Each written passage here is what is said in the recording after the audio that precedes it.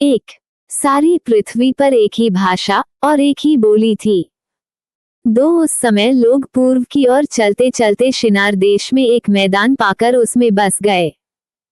तीन, तब वे आपस में कहने लगे कि आओ हम ईंटें बना बना के भली भांति आग में पकाएं, और उन्होंने पत्थर के स्थान में ईंट से और चूने के स्थान में मिट्टी के गारे से काम लिया। चार, फिर उन्होंने कहा आओ हम एक नगर और एक गुम्मट बना लें जिसकी चोटी आकाश से बातें करे, इस प्रकार से हम अपना नाम करें, ऐसा ना हो कि हमको सारी पृथ्वी पर फैलना पड़े।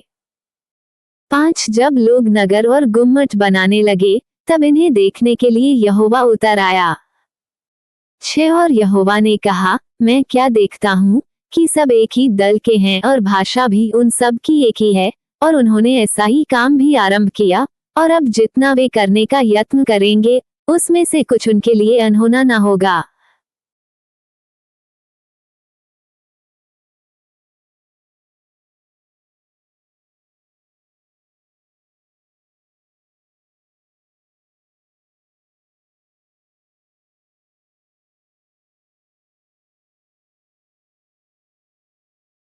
सात, इसलिए आओ हम उतर के उनकी भाषा में बड़ी गड़बड़ी डालें कि वे एक दूसरे की बोली को न समझ सकें।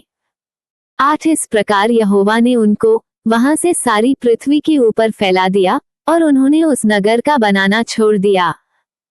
9, इस कारण उस नगर को नाम बाबुल पड़ा, क्योंकि सारी पृथ्वी की भाषा में जो गड़बड़ी है सो यहोवा ने वहीं डाली, और वहीं से यहोवा ने मनुष्यों को सारी पृथ्वी के ऊपर फैला दिया। 10, शेम की वंशावली यह है। जल प्रलय के 2 वर्ष पश्चात जब शेम 100 वर्ष का हुआ तब उसने अर्पक्षद को जन्म दिया। 11, और अर्पक्षद ने जन्म के पश्चात शेम 500 वर्ष जीवित रहा और उसके और भी बेटे बेटियां उत्पन्न हुई। 12, जब अर्पक्षद 35 वर्ष का हुआ तब उसने शेलह को जन्म दिया।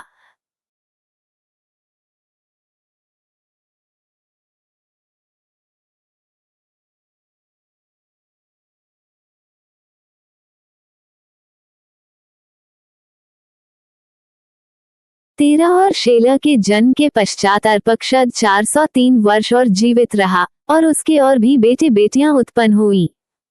14, जब शेलह 30 वर्ष का हुआ तब उसके द्वारा एबेर को जन्म हुआ।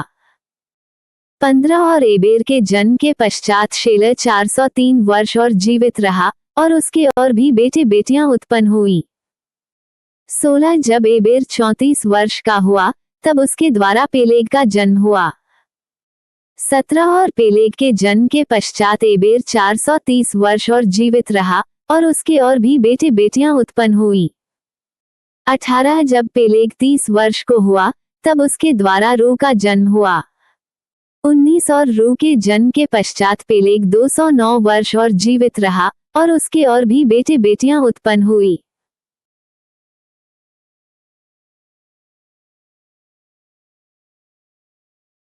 20, जब रू 32 वर्ष का हुआ तब उसके द्वारा सरूग का जन्म हुआ। 21, और सरूग के जन्म के पश्चात रू 207 वर्ष और जीवित रहा और उसके और भी बेटे बेटियां उत्पन्न हुई। 22, जब सरूग 30 वर्ष का हुआ तब उसके द्वारा नाहोर का जन्म हुआ।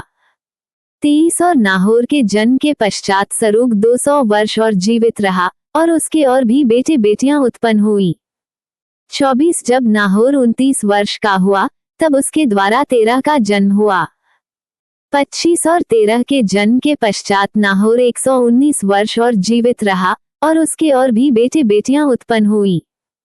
26, जब तक 13 70 वर्ष का हुआ तब तक उसके द्वारा अब्राम और नाहोर और हारान उत्पन्न हुए।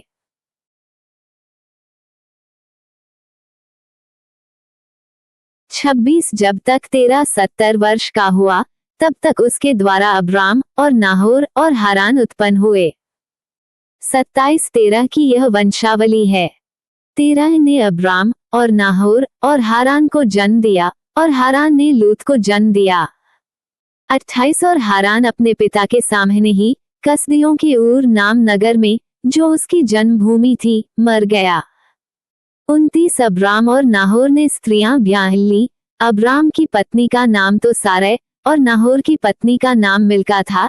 यह उस हारान की बेटी थी जो मिल्का और यिस्का दोनों का पिता था। 30 सारे तो बांझ थी, उसके संतान न हुई।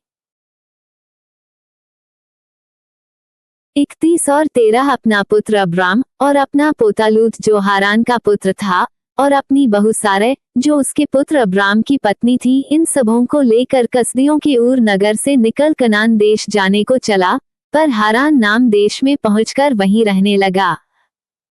32 जब 205 वर्ष का हुआ तब वो हारान देश में मर गया।